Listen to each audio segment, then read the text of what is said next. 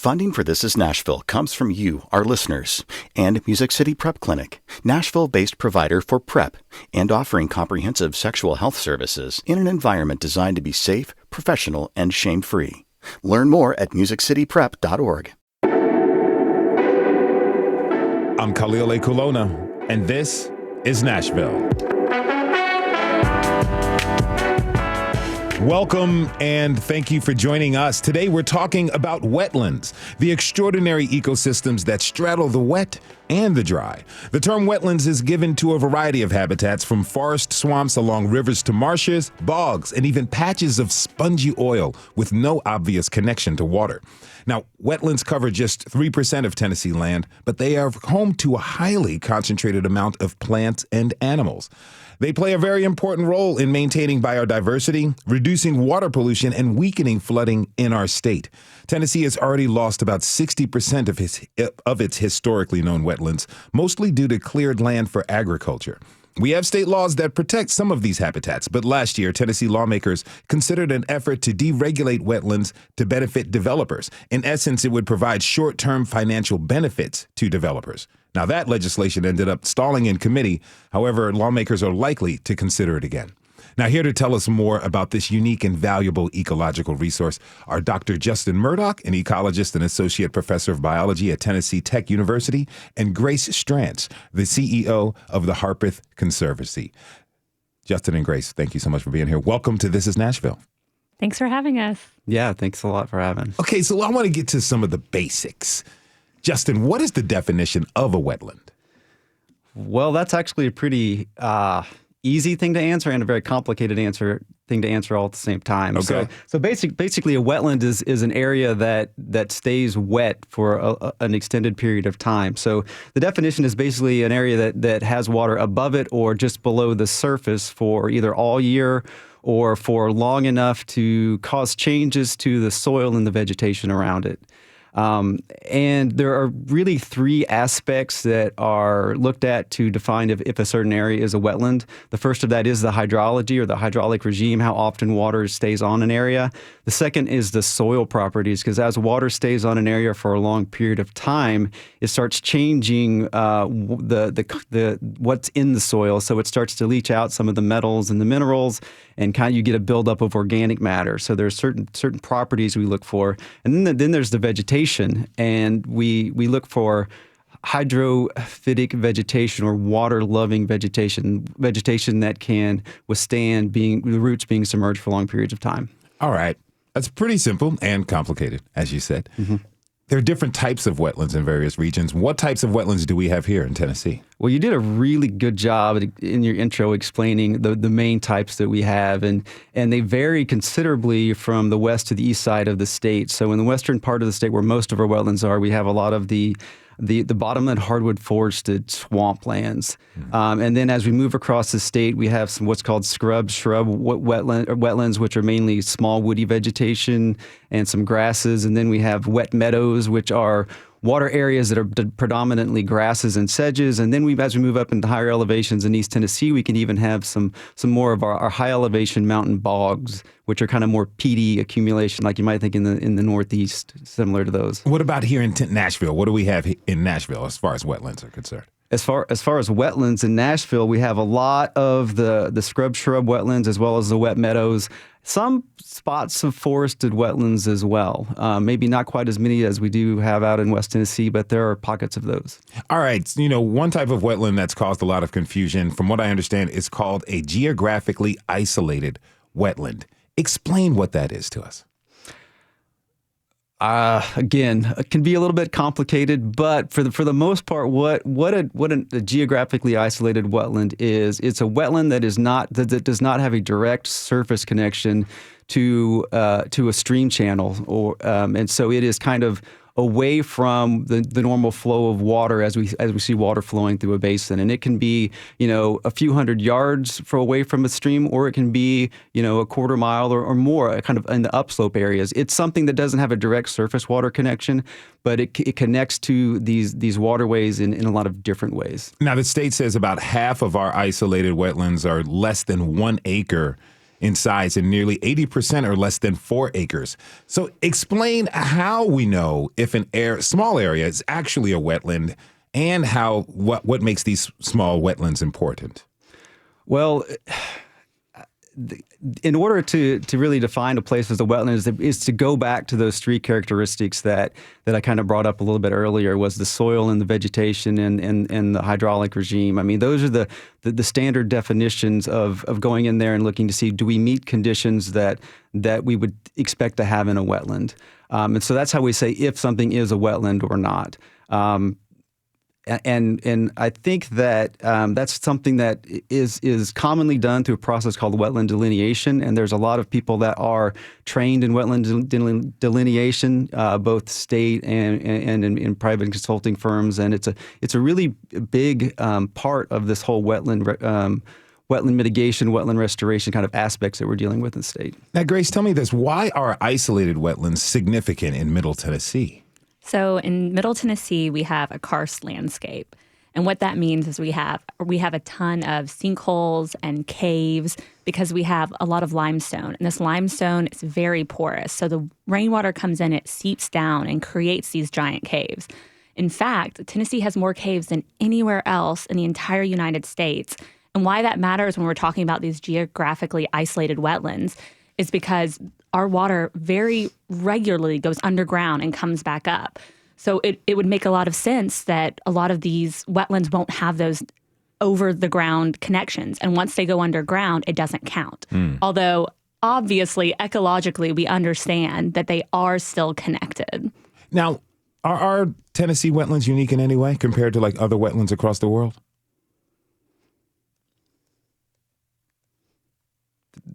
Yeah, there's always an yes to that answer, right? I mean, this is Tennessee. We have a lot of special things here aquatic-wise.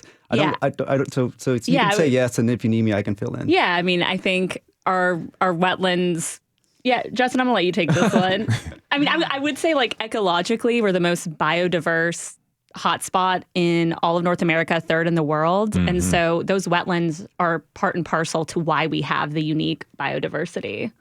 Yeah, you don't need my help. You're exactly right. I mean, that's one of the things about Tennessee is we are one of the most aquatically biodiverse areas in the country, if not the world. And so these wetlands are really critical at cleaning and purifying the water as it flows across the landscape, as it enters into these streams and rivers and lakes and reservoirs that are housing all of these vast diverse of species. So the connection between the wetlands and the rivers and the streams and the lakes and the groundwater, is critical. And that's one thing I always kind of teach to get across to all my students is the connections.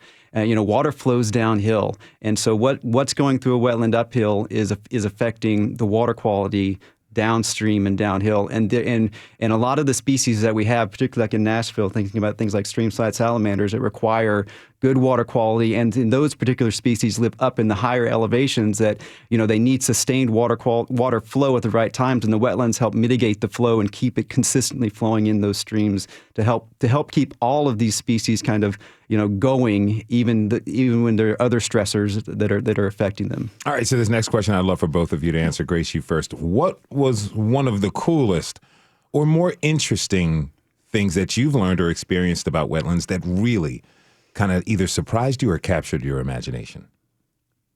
Ooh, that's so hard because wetlands capture my imagination every day. I think I did not realize how interconnected wetlands are with our rivers. And as someone who grew up on a lot of our rivers and now work in rivers, I feel like this legislation really opened my eyes to how interconnected the system is with them. And so I think, the fact that they recharge them, they hold our water, they slow the flow. Oh, actually, I'm gonna back it up. I did not know that wetlands filtered out PFAS and PFOAs from the environment. And I think, with these emerging contaminants, I think they're so interesting as we're discovering the science behind them. So to find out that wetlands naturally get rid of these from our rivers and drinking water is pretty incredible. You said you grew up around rivers? Yeah, I grew up in Nashville. I'm a Nashville native. So I grew up playing on the Harpeth River and, spending a lot of times in wetlands too, and sometimes, as Justin was saying, there's so many different types. You could be playing on a wetland and not even realize that it's a wetland. James? Justin, I'm sorry. No, that's okay. Usually people call me Jason, so I answer to anything, any J thing nowadays. Okay. So what was one of the most interesting things you've discovered? So we would do a lot of research in wetland restoration in West Tennessee, particularly agriculturally restored wetlands. And one of the things that was really amazing to me was finding out like how quickly restored wetlands can start behaving like wetlands again, right? So I mean, within a couple of years. And again, my work is focused mainly on the water quality, biogeochemical, nutrient retention side of things.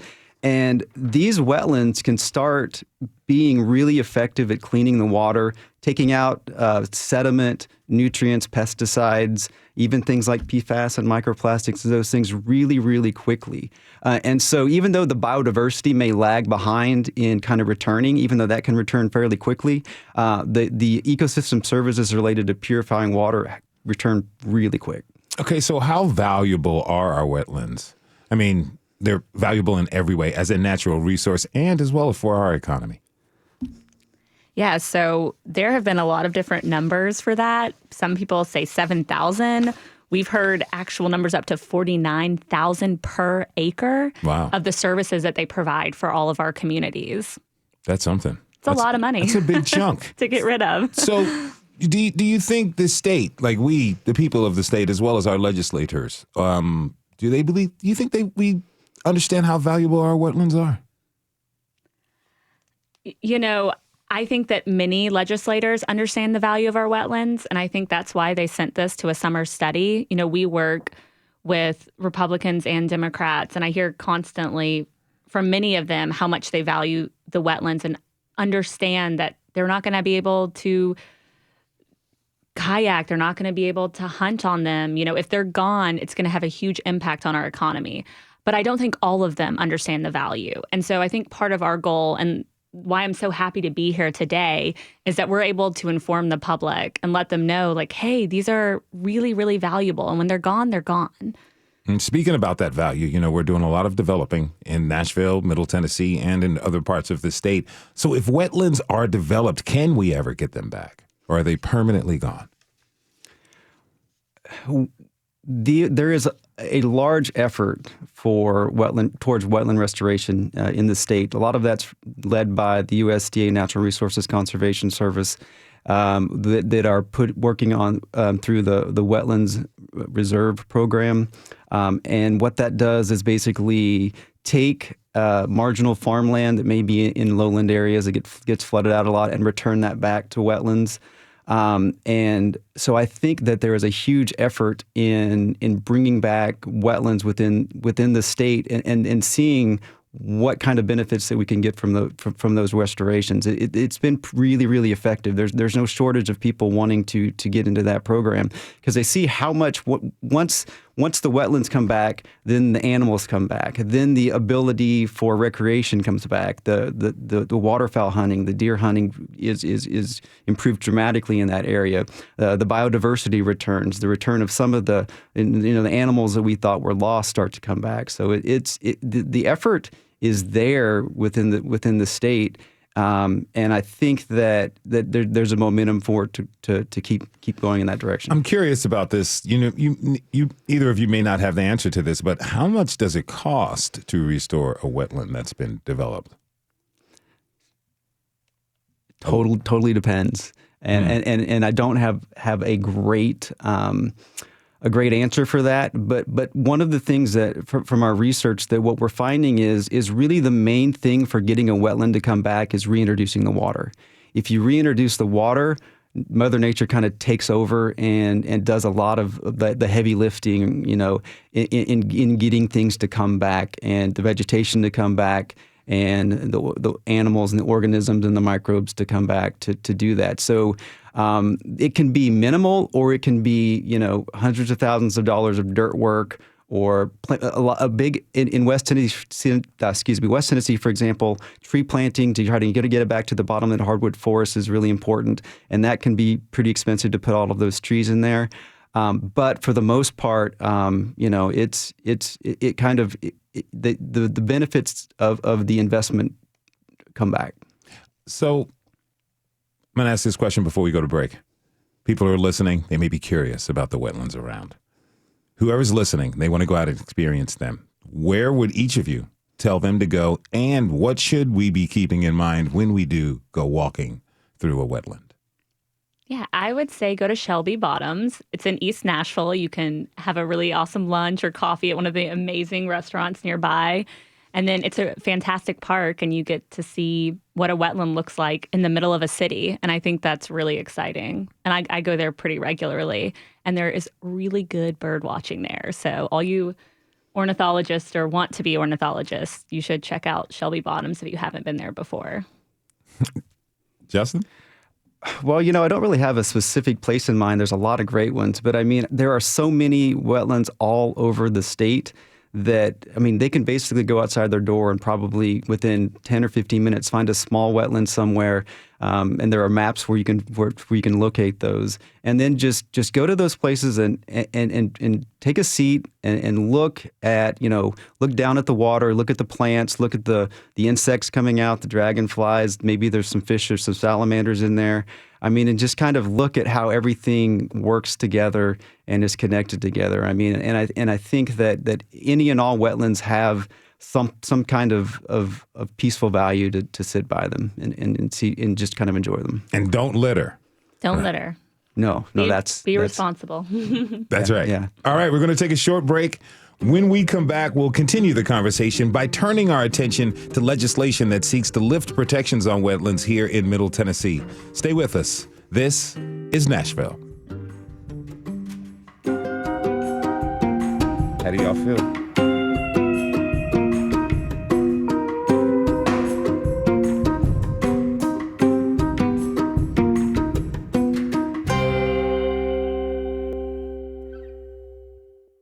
Funding for This is Nashville comes from you, our listeners, and Music City Prep Clinic, Nashville-based provider for PrEP, and offering comprehensive sexual health services in an environment designed to be safe, professional, and shame-free. Learn more at musiccityprep.org. I'm Khalil A. Kulona, and this is Nashville. Welcome back. Today we're having a conversation about wetlands here in Tennessee. Now, wetlands are incredibly rich biodiverse ecosystems comparable to rainforests or coral reefs. They thread through our state. Now, wetlands help us to maintain clear water and mitigate flooding. Still with us are Justin Murdoch, Associate Professor of Biology at Tennessee Tech University, and Grace Stranch. She is the CEO of the Harpeth Conservancy, a nonprofit based in Brentwood, Tennessee. Again, thank you both for being here with us and teaching us about these valuable wetlands. Now, early last year, WPLN environmental reporter Caroline Eggers reported on legislation that Tennessee lawmakers considered that threatened protections for Tennessee's wetlands. Let's take a listen to that report. I'm walking slowly in Shelby Bottoms Park. It feels like I'm walking on a sponge, squeezing water from the ground with every step. I see an open field near me, and there's also a little pond-like feature. And I'm in the in-between. I'm in a wetland. Its most basic definition is soil that is at least periodically saturated or covered by water.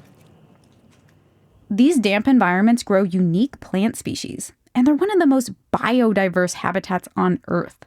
Wetlands cover an estimated 6% of the planet's land, but provide habitat to 40% of all plant and animal species. Historically, agriculture was their main threat, but a new bill would put more than half of Tennessee's remaining wetlands in the path of construction.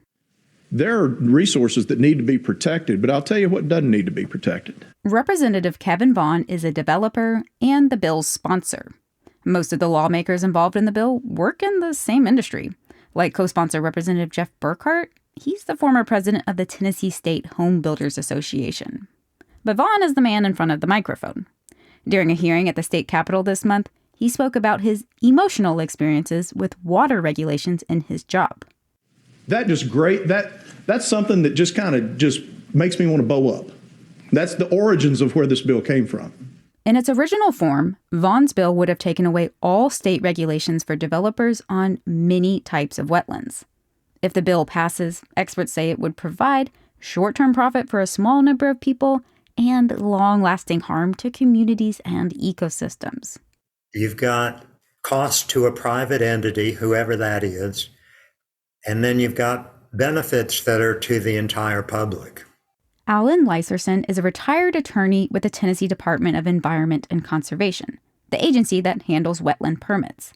In a perfect world, no wetlands would ever be drained. Lyserson says the current compromise is that the state at least identifies wetlands to create a plan before developers build. The way a regulatory program works, you need to have the whole scope. Back in 2019, a company Vaughn worked with got caught by state regulators for draining and filling a wetland without a permit. It's one example of at least 4 development projects that Vaughn has been affiliated with in recent years. Each involved wetlands, and collectively, those projects could have saved upwards of $100,000 if Vaughn's proposed legislation existed at the time. But that would have also meant that developers could have destroyed precious resources without any consequences. As Lyserson says, the legislature is in this position when this bill is in front of them of whether they're going to look out for the public good or not. Wetlands have been estimated to be worth between $8,000 and $19,000 per 1 acre, and their single greatest value is attributed to the moderation of extreme events. For example, wetland sticky soil can reduce the speed of floods by absorbing water. Alex Pelham, Chief of Staff for the Tennessee Emergency Management Agency, says a lack of legal protections will lead to more flooding. If we're not having to study it, we're not having to permit it, I don't know that we would know what the effects are until it's too late and until we see flash flooding. In Tennessee, we've already lost 60% of our wetlands, and they only cover a tiny sliver of our land today. Here's the recent backstory. In 1971, Tennessee passed regulations to protect water, including wetlands. The federal government passed its version, the Clean Water Act, soon after. But last year, the Supreme Court ruled that the states could decide. The federal decision didn't change anything for Tennessee, but this new bill would effectively set the state back 50 years. I think a lot of those legal issues are going to be fought over, but in the meantime, who suffers? Grace Stranch is the CEO of the Harpeth Conservancy. She says wetlands are like kidneys. They filter pollution from drinking water, and they lessen drought impacts.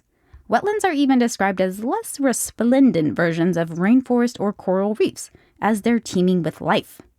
And just like those habitats, Stranch says they're also vulnerable to permanent loss. Once you fill and pave a wetland, it's gone. But another good thing to know, Stranch says it's not too late, and we have something worth protecting. Tennessee has mountains, karst, and a sand aquifer. We also boast some of the most biodiverse rivers on the continent, and wetlands are connected to all of it. If we blindly cut at the threads of these systems, the web will snag. Caroline Eggers, WPLN News. That was our environmental reporter, Caroline Eggers. Let me ask you both, what stands out to each of you from listening to that?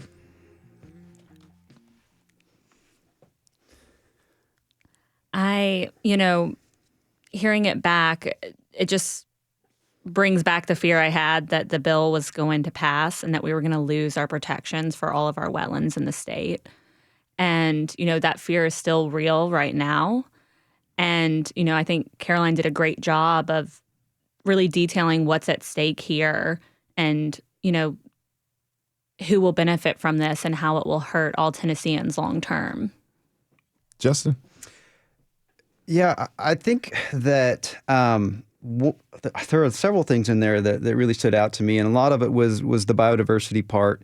Because one of the questions that has come up over the last year was, the definition of high quality wetlands versus low quality wetlands. And, earlier I was talking about restoration. And restoration, I was talking about how quickly things can come back. And so something can be really high quality in one service, like water quality improvement. But when you think about biodiversity, it's still low quality in the biodiversity. So sometimes I think that really understanding the definition of what we're referring to as high quality and low quality is going to be really important. And then also the connection aspect of things, because a lot of this legislation is talking about isolated wetlands. And And one of the things is to make sure, my job as a scientist is to put information out there. And one of the things that we really understand is that even though they may be geographically isolated away from water that is under regulation that are a water of the state water of the U.S. They're still connected underground, and they still connect as water during rainfall as water fills them up and they flow overground. So, and there's still movement in and out of organisms and nutrients and such. So they are still really well connected to the system. Plus, I really like the term "the in-between." I wrote that down. That was nice. I'll use that later. We would like to note that the Tennessee State Energy, Agricultural, and Natural Resources Committee deferred the proposed bill to summer study, essentially stalling out the bill for last year. But it looks like lawmakers will see a similar bill during this year's legislative session. All right, so Caroline's feature addressed legislation introduced by Representative Kevin Vaughn. Representative Vaughn is a real estate broker and developer.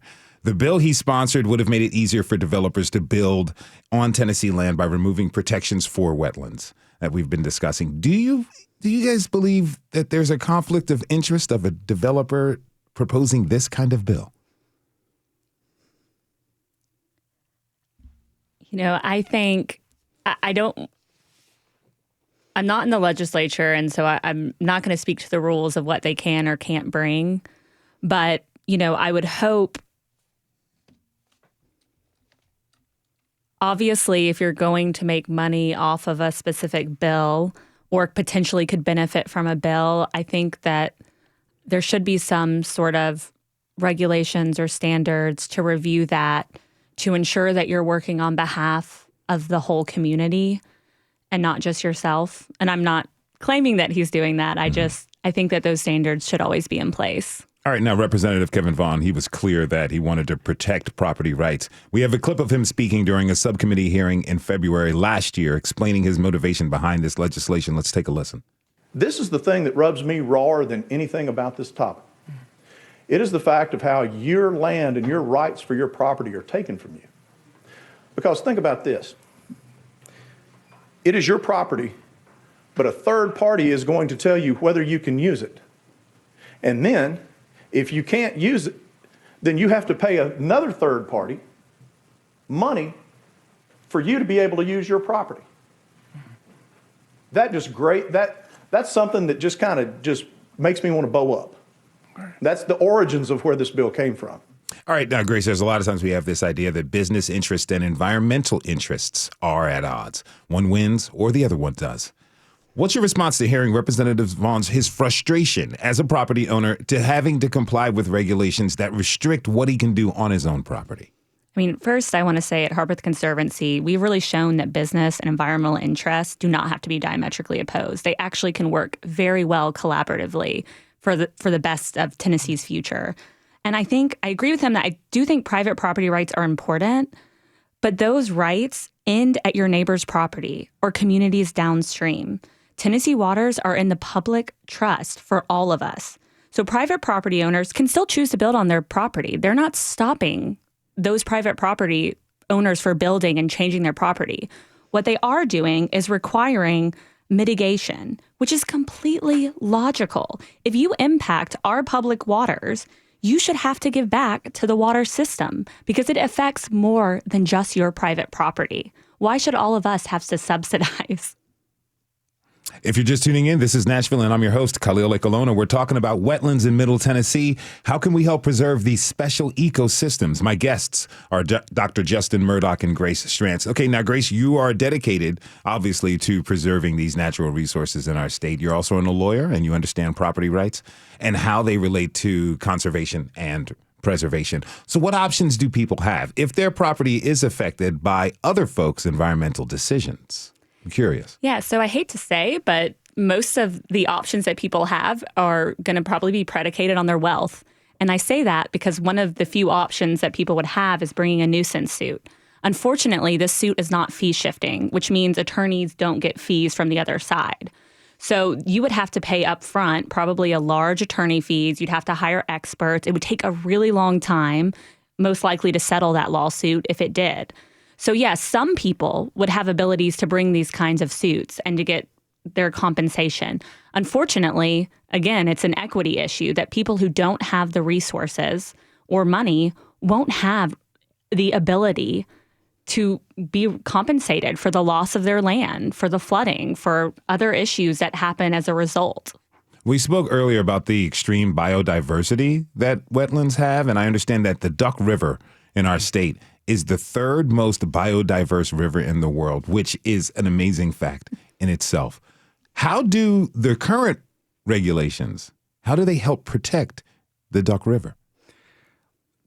So with the Duck River, I mean, and you are correct, it is a biodiversity hotspot. I mean, it is a really great thing that the state of Tennessee has, and we can claim it all. It's one of the few rivers in the state that the whole watershed boundaries lie within the state of Tennessee. And the wetlands in this region, one of the major stressors on the Duck River is flow, is water, too much water being withdrawn to balance some of the biological needs within the system. And so what wetlands do, they do two things. One of the main things is they capture the rainfall when it's present, and then slowly releases it into the tributaries and then they flow into the Duck. So it keeps a sustained flow and more consistent flow year round. And that's probably one of the biggest things that they're benefiting the river right now, relative to what one of the largest stressors of the river. And the other thing is what we talked about is that they're cleaning the water both with sediment and pesticides and nutrients that could negatively affect the water quality in the river, that then would have an adverse effect on the organisms that live in that river. Go ahead. Yeah, and can I say that new data has come out with this SkyTech mapping systems to show how many isolated wetlands are around our Duck River. And right now it's already on the most endangered rivers list. You know, this is a crown jewel of Tennessee. And we, by getting rid of these regulations with the massive growth that we're seeing in Middle Tennessee, could truly put the Duck River in more of a threat than it's already under right now.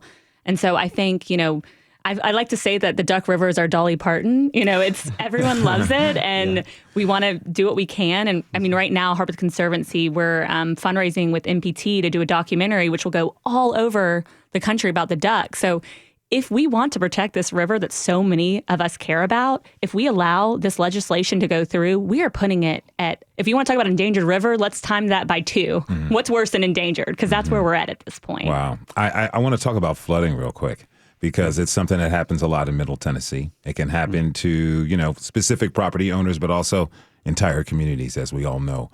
Talk to us a little bit more about the role of wetlands in flooding and what that can really look like, Doctor. Yeah. So when we think about the most recent flooding in East Tennessee and Western North Carolina, there was such a deluge that it's probably not likely that wetlands or any other man-made structure could have had a large effect on the amount of flooding in those types of situations. Where the wetlands are pretty critical as far as mitigating some of the flooding impacts or some of those middle rain events, some of those that do cause, you know, some flooding, particularly, you know, in urban areas where water doesn't have a lot of places to soak into the ground, and it flows off into the streams really, really quickly. So some of the, probably within the last 5 to 10 years, more research has come out that's been able to model, you know, how effective wetlands are at mitigating peak flood flows in large watersheds and even whole river basins. And what they're finding is that wetlands can be really effective at reducing flood flows by even several feet. But it also depends on where they're located in the watershed. Those wetlands, particularly some of those upland isolated wetlands, are more impactful at reducing flow if they're further up in the watershed and catch the water before it flows downstream. So its size, its location, and type of wetland that all contribute to their actual impact at mitigating flows. And sometimes, you know, even a couple feet can make a big difference on whether your house gets flooded or not. Mm-hmm. And so I think that we're just now really, you know, having the capabilities and the computing power and the modeling power to get a better handle on how efficient wetlands can actually be in reducing flooding. Now, last year during a subcommittee meeting in February, Representative Kevin Vaughn responded to a lawmaker's question about whether increasing development on wetlands would worsen flooding. Let's listen. Yes, sir. I have no concerns about this bill affecting flooding or increasing flooding opportunity. Okay. You hear this? What do you all think? I mean, I'm going to agree with Tima, who also testified during this hearing. I'm going to believe that our agency, who are experts in dealing with emergency situations, when they say that this is going to increase flooding, I think that we should listen to experts and the experts on flooding. And, small wetlands can absorb 50 to 70% of rainfall compared to areas without wetlands. They can reduce, runoff 15 to 30%. They can enhance soil retention by 30 to 50%, thus decrease flood peak levels by 10 to 25%.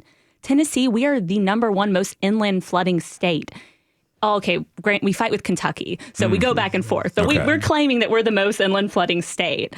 And allowing this is just going to increase that and impact our communities who are already dealing with flooding and making it that much worse. Now, as we mentioned, the bill did not go to vote last year.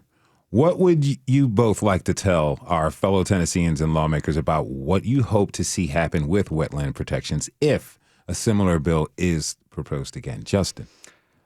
I've had some really positive interactions in the last session with several lawmakers that I got a chance to talk to, and I hope that we that I was able to provide some information, and other groups have been able to provide information to make the best decisions. I mean, I think that I just hope that that we can get across what actually will happen when you take away some of the wetlands in different scenarios and trying to find, the best solution that's gonna work for all of Tennesseans as we move forward. Great. Yeah, I think, TDEC has openly stated that they're ready to work and fix, maybe problems with efficiencies in the system. And so we shouldn't let one story or a few stories influence the protections of our wetlands across the state. Yes, we can rebuild some of them, but some of them are gone forever.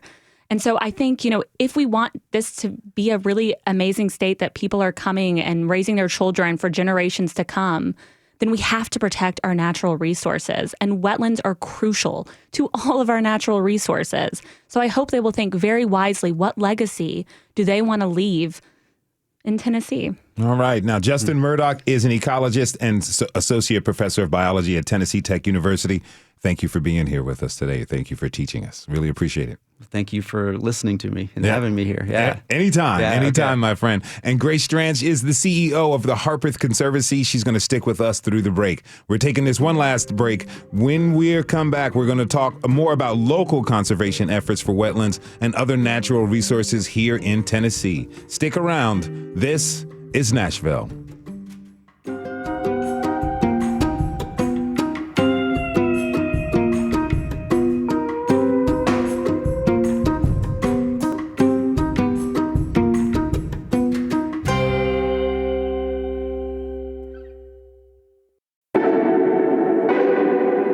I'm Khalil Colonna, and this is Nashville.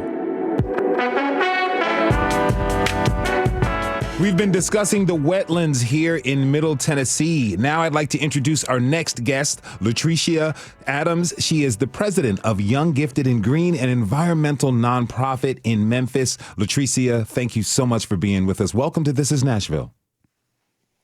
Good afternoon. Thank you so much for having me. Excited to be here. I'm just still so energized from hearing the conversation from earlier. So excited to talk about this topic with wetlands. We are excited to have you here with us, and still with us is Grace Stranch. She's the CEO of the Harpeth Conservancy. Again, Grace, thank you for being with us for the entire episode. Really appreciate that. All right, now, Latricia, tell me a little bit about Young, Gifted, and Green and how you got involved with it.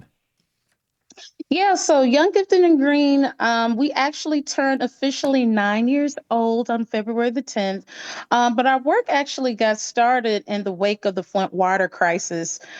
So in response to the Flint water crisis, we responded like many people did in the beginning of the crisis, where we did community service outreach, water distribution, but we realized that as it relates to water quality and just overall environment at large, that there was a much bigger issue. So once upon a time, we used to be called Black Millennials for Flint. People always ask, why did you come up with that name? That's literally who came together to mobilized to support Flint, but then our work began to expand, not just to expand beyond just the city of Flint and other parts of the country, including my hometown that I adore, Memphis, but then to also be a bit more intentional and attentive to other environmental issues outside of just the parameters of water infrastructure and water quality, but essentially what's impacting our environment at large, and particularly how does it impact communities of color and communities in economic distress. So within these almost 10 years, almost a decade, our platform has really been influential as it relates to community programming, education, and awareness, but then also mobilizing residents and those individuals in frontline communities to be actively engaged in the democratic process outside of just voting, but participating in public comment, having relationships and interacting from an intergovernmental perspective has been a true conduit in the work that we do with Young, Gifted, and Green. Now, Memphis is your hometown. So tell me this, when did you first learn about wetlands here in Tennessee? Yeah, so I would be remiss if I did not sneak another shout out in here to Protect Our Aquifer. So Protect Our Aquifer is also an organization that was founded and based in Memphis. In addition to them protecting our aquifer and doing a phenomenal job of educating community, electeds, everybody about the aquifer, they also did quite a bit to build my knowledge and capacity as it relates to wetlands. And so I also have the honor, the esteemed honor to serve as a board member for Protect Our Aquifer, but that literally is my entry point. So even though, I'm pretty well rounded as it relates to certain aspects of environment, but I really started to build my momentum and interest and advocacy surrounding the preservation of wetlands, particularly in a place like Memphis, because of the investment and community that comes from organizations like Protect Our Aquifer. I'm happy, and I hate that I can't see you in person, Grace, but also the work that she does has really built the capacity, not just of me as an individual, but the communities that we serve as well, to truly understand how wetlands are such an integral part to our day-to-day lives and just the health of our communities and our homes as well. I want to talk about that, wetlands and flooding and public health. How much of that is on your radar in Memphis, and considering, some of the potential hazards that the region is facing? Yeah, thank you so much for that question. And I think I'll hopefully be able to really paint a really good picture around connecting the dots. So one of the aspects of the work that we do with Young, Gifted, and Green is grounded in healthy housing. So we partner with other community-based organizations that actually do the labor that's associated with healthy housing. And one of those aspects is around mold, so Black mold. So when you think about the instances of flooding, and Memphis is, like many places throughout the country and the world, is having a lot of challenges with extreme weather, which includes extreme rain that leads to flooding. And so what we see on the ground is in those instances where there is extreme flash flooding in particular, it is directly impacting homes. So what we see, for example, I'll lift a real life example.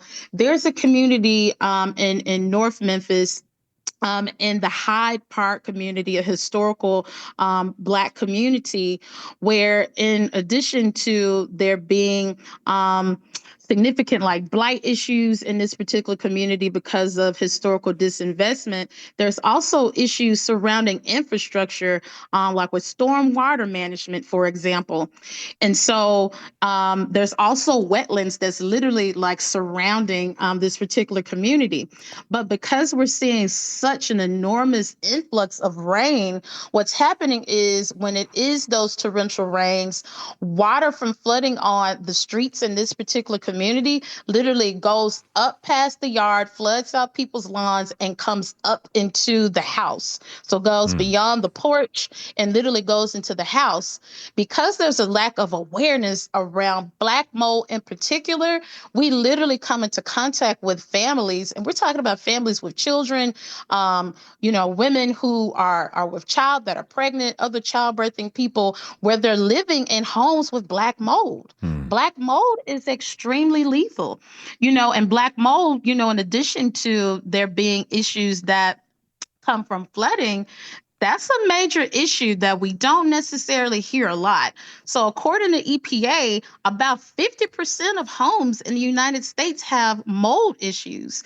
And so when we think about the preservation of our wetlands and what they do to literally be our natural sponges, we have to make sure that we protect that, especially in those communities that are already exacerbated with existing environmental issues. So that issue with black mold is very prevalent. We know with black mold, it causes significant respiratory issues. It literally can kill you, not to be so morbid, but it's true. Also, if you're with child, causes significant issues with air quality, indoor air quality that can impact pregnancy. So there's a litany of public health issues that literally can come from flooding that leads to black mold, that causes a festering of sorts within a household. Yes, thank you for that. I only have a couple minutes left, so I do want to direct people to understand how they can get involved with both of your organizations, or one of your organizations, or potentially both.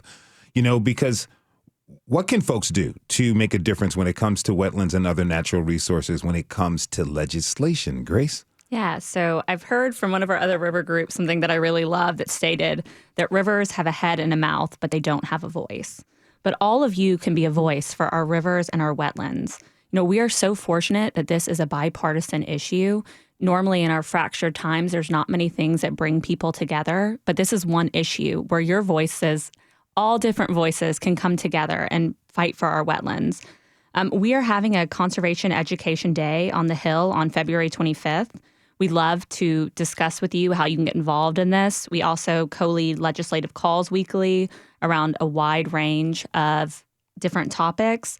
And so I just encourage you, please reach out to Harpeth Conservancy. We'd love to amplify your voice and tell you how you can get more involved. Latricia, same question for you. How can folks get involved? Yeah, so echoing that of Grace, it's really important for community members and all stakeholders to do just that, to amplify their voices, to make sure that our decision makers know that wetlands are very important to us. And from a perspective of Young, Gifted, and Green, we really encourage people to really master the art of storytelling. There is no greater expert than those individuals that are directly impacted. So being able to bring personal narrative to connect it to the importance of the preservation of wetlands is really critical to ensure that our decision makers are actually representing the decisions of their constituents. Best way to remain in contact with us, we encourage folks to please follow us on social media. All our handles are the same at Young, Gifted, Green. And then also visit us online. You'll also find opportunities if you want to take action.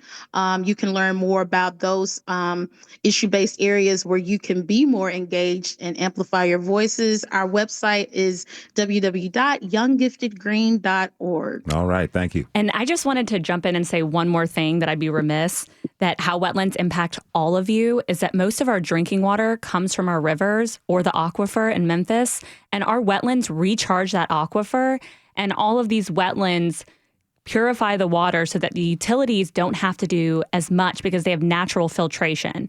So when you don't have that natural filtration, the utilities might have to spend more money. And you know what that means? You as ratepayers have to pay more money when you don't have these wetlands naturally filtering. So I wanted to throw that out there. And I also wanted to say outdoor recreation is a $13 billion industry in Tennessee, and wetlands are crucial to it. So if you don't think that this impacts you, it does. And so please make sure that your voices are heard and join us. You heard it, everyone. Grace Strantz is the CEO of the Harpeth Conservancy, and Latricia Adams is the president of Young, Gifted, and Green, an environmental nonprofit in Memphis. Thanks to you both for being here, and thanks for the work that you're doing. Really appreciate it, y'all. And thanks to you for tuning in this hour. This is Nashville is a production of Nashville Public Radio. Today's episode was produced by Caroline Eggers and Catherine Cecies. It was directed by Tasha A.F. Lemley. Our technical director and board operators, Liv Lombardi. The masterminds behind our theme music are LaRange and Namir Blade. You can listen back at thisisnashville.org or wherever you get good podcasts. And the conversation doesn't end here. Comment and tell us what you want to hear on the show by leaving us a message. The number is 615-751-2500. Hit us up on social media, Blue Sky, Instagram, and X at This Is Nashville. This is Nashville. I'm Khalil Akolona. We'll see you tomorrow, everybody, and be good to each other.